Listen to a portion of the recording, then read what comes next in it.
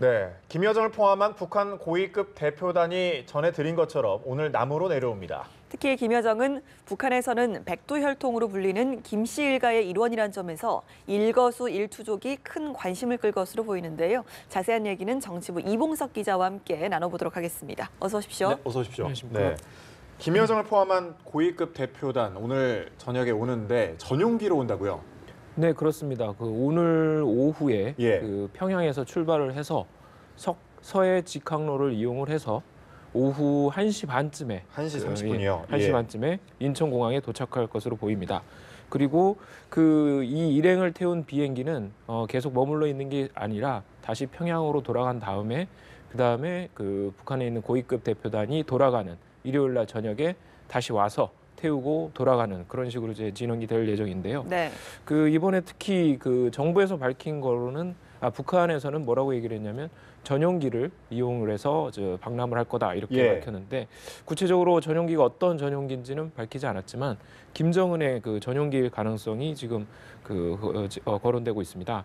실제로 2014년에 인천 아시안 게임 때 황병서를 비롯해가지고 실세 3인방이 내려왔을 때 그때 김정은 전용기를 이용한 적이 있었는데 이번에도 이제 같은 비슷하게 김정은 전용기는 이제 2대 이상으로 지금 알려져 있습니다. 지금 2대라는 얘기도 나오고 있고 구소련에서는 안토노프 기종하고 일류신 기종 이렇게 지금 2개는 지금 확실히 알려져 있는데 이 중에 이제 하나를 지금 타고 내려올 것으로 그렇게 알려져 있습니다. 일단 김정은의 전용기를 타고 오게 되면 제재 대상은 아니기 때문에 논란은 좀 피할 수 있을 것으로 보입니다. 네. 또 최휘도 이 유엔에서는 일시적으로 제재 면제를 좀 받았죠. 예, 그렇습니다. 만약에 고려항공을 타고 내려올 경우에 고려항공은 그 자체로 우리 정부와 미국의 제재 대상입니다. 그래서 만약에 내려온다면 일단은 원래는 안 되는데 일시적으로 뭐 제재 면제를 받는다든지 이런 복잡한 절차를 거쳐야 되는데 우리 정부는 김정은의 전용기인 경우에 제재 대상은 아닌 것으로 판단하고 있다. 이렇게 지금 얘기를 하고 있고 그런데 이제 여기서 끝나는 게 아니라 더 복잡한 절차 이런 게 많이 남아 있습니다. 예를 들면 북한에 있는 비행기가 착륙을 하면 화물 검색 이런 걸 해야 되는데 왜냐하면 이제 그 안에 이제 무슨 예를 들면 핵 미사일에 전용될 수 있는 뭐 물질이라든지 기술이라든지 이런 게 있을 수도 있기 때문에 의무적으로 검색해야 된다는 그런 조항이 제대 내용에 포함되어 있는데 따라서 이제 우리 정부는 만약에 전용기가 인천공항에 내리면 화물 검색을 할 것으로 보이고 이 밖에도 또 여러 가지 제재 내용이 워낙 촘촘하고 꼭 하기 때문에 여러 가지 좀 걸리는 조항들이 있는데 뭐 이런 거는 근데 물론 거시적인 측면에서 내려오는 것 자체는 큰 문제는 되지 않겠지만 세부적으로 좀 조율할 그런 부분들이 많다고 좀 볼 수 있겠고요.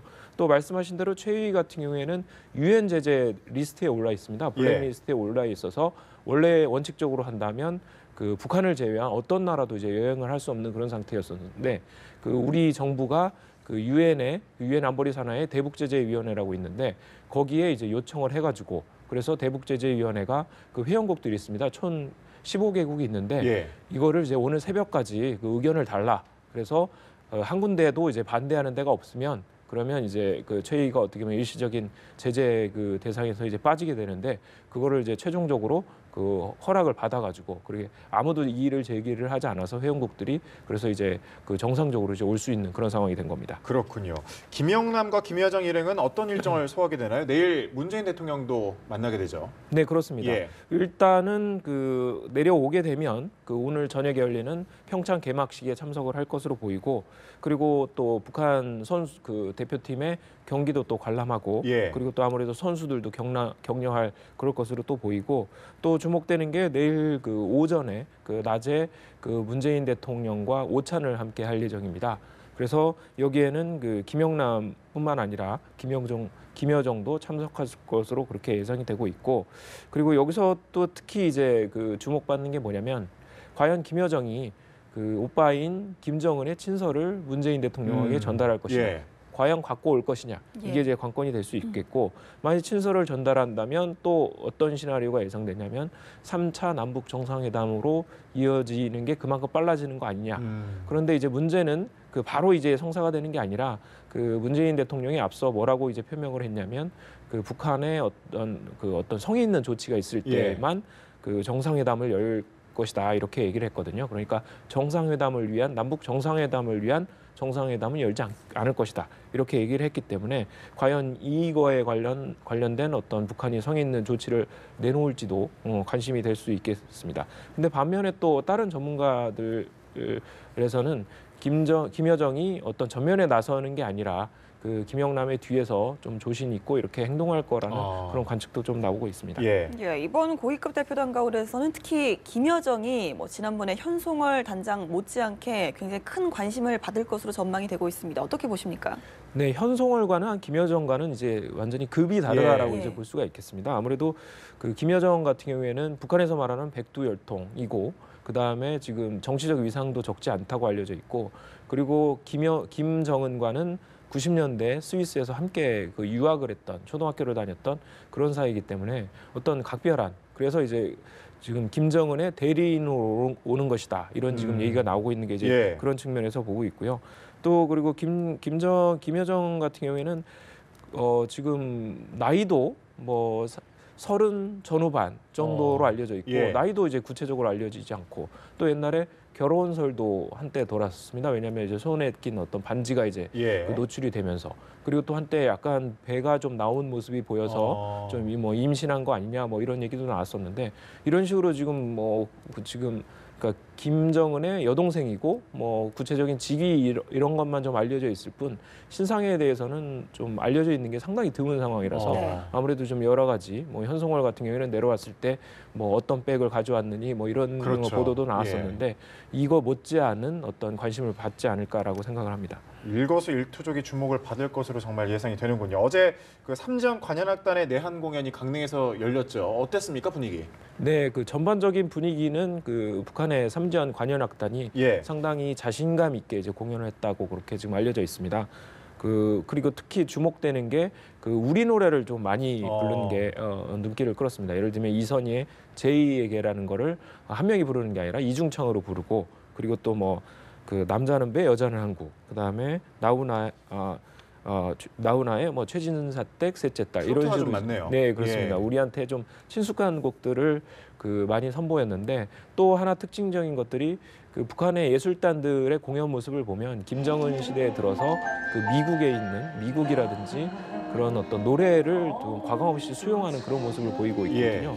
그래서 이제 어제 부른 것도 라이언 킹, 그다음에 쿵푸 팬더, 그다음에 오페라의 유령 이런 식으로 이제 어떤 서양 음악을 많이 선보였는데 근데 특징적인 게 하나가 그 서양 음악을 이제 명칭이 우리와는 좀 다릅니다. 예를 들면 그 라이언 킹 같은 경우에는 북한 말로 사자왕 이렇게 얘기를 하고 그다음에 또 쿵푸 팬더는 무술가 참대곰 팬더를 이제 북한에서는 참대곰이라고 부르는데 그렇게 이제 불렀고 그다음에 이제 오페라의 유령도 보통 우리는 오페라의 유령이라고 부르는데 가극극장의 유령 이런 식으로 해가지고 그 공연 프로그램 자체를 그 자기네 말로 이렇게 소개한 게 이제 눈길을 끌고 역시 피날레는 그 우리의 소원은 통일 다시 만납시다 이런 식으로 해서 그 어떤 남한 관객들의 어떤 호응을 이끌어내는 그런 모습도 보였고 어제 좀 그나마 좀 다행이었던 게 뭐냐면 북한이 그 체제 선전 논란을 좀 피하려고 상당히 좀 고심한 그런 모습을 보였다고 합니다. 그래서 그런 논란 이런 것도 일어나지 않고 그렇게 좀 관리하는 모습을 보였습니다. 예, 북한이 어제 열병식을 개최를 했습니다. 좀 생각보다는 수위를 좀 조절을 한 것 같다 이런 평이 나오더라고요. 네, 그렇습니다. 그런데 그 ICBM급 무기는 대거 선보인 거는 맞습니다. 예를 들면 그 화성 12형, 그다음에 화성 14형, 화성 15형 이렇게 선보였는데 화성 12형은 미국의 알래스카하고 하와이를 타격할 수 있는 그런 사거기를 갖추고 있고 화성 14형 같은 경우는 미국 서부를 타격할 수 있는 그다음에 화성 15형은 미 본토 전역을 타격할 수 있는 그런 사거리를 갖춘 것으로 지금 평가를 받고 있는데 이런 것들이 이제 다 선보여서 어떻게 보면 그 열병식 그러니까 어떤 자신들의 어떤 발톱은 그대로 드러내면서 근데 반면에 또 말씀하신 것처럼 수위를 조절한 게 신무기는 전략무기 가운데 신무기는 등장하지 않았습니다.